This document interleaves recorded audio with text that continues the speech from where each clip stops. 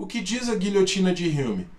Aliás, é muito interessante nós pararmos para estudar isso, porque o Hume ele elabora o seu pensamento, né, que é chamado de guilhotina, que faz esse corte entre o ser e o dever ser, faz esse corte entre o plano do direito, ou o plano normativo e o plano da natureza, né, tanto direito quanto ética. Ele ele elabora o seu pensamento em um único parágrafo do seu livro Tratado da Natureza Humana. Então eu vou pedir licença e nós vamos ler o que escreveu o David Hume.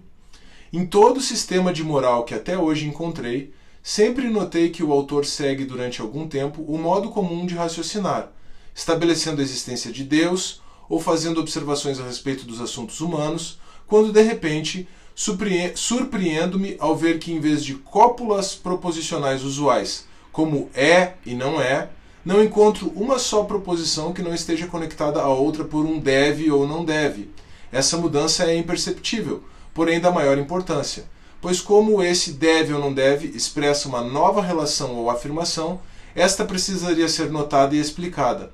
Ao mesmo tempo, seria preciso que se desse uma razão para algo que parece totalmente inconcebível, ou seja, como essa nova relação pode ser deduzida de outras inteiramente diferentes. Então o que o Hume faz é dizer que eu, quando percebo as pessoas tratando sobre moral, religião, ética, até mesmo sobre o direito, é isso que ele está dizendo, né? E ele está dialogando com um sistema de pensamento justnaturalista ainda naquela época, né? Ele percebe que ocorre uma transição, né? Quando eu lido com isso, né, com essa situação, eu percebo que há uma transição, ocorre uma transição.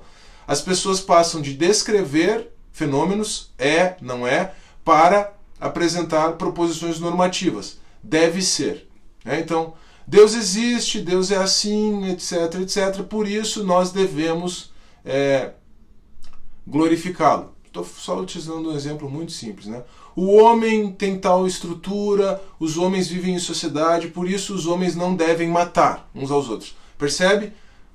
Você vem de uma descrição da realidade, o e você agrega um dever. Esse é o problema do deve ser. Aqui é uma questão puramente linguística, se você for para pensar. O Hume está apontando que ocorre uma mudança no discurso. Isso não significa, de maneira nenhuma, que isso desautorize o discurso ético, o discurso moral. Né? Esse pensamento é um pensamento muito raso.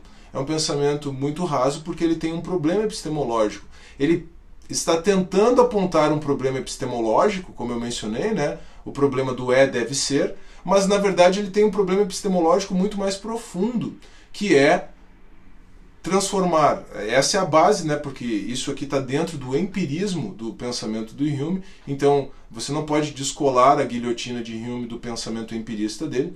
O problema desse pensamento é transformar o empirismo, né, ou melhor, o método empírico no único método científico válido, e isso é o que se chama de empirismo, esse salto, né?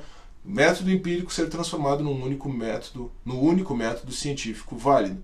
E isso é o que Hans Hermann Hoppe, já no século XX, chama de a armadilha do empirismo. Esse salto lógico, esse salto metodológico, essa inversão metodológica que o David Hume fez. Bom, mas isso é a análise crítica que eu faço. Né? O Hume foi um homem do seu tempo, então seria natural que ele, naquele afã, né, diante das ciências exatas, pensasse dessa maneira. O problema é nós ainda ecoarmos, né, na sociedade ocidental aqui do século XXI, continuarmos ecoando esse tipo de pensamento, imaginando que apenas aquilo que é atestado pela experiência, apenas aquilo que pode ser objeto de comprovação por experimentos, apenas aquilo que é perceptível pelos sentidos é conhecimento válido.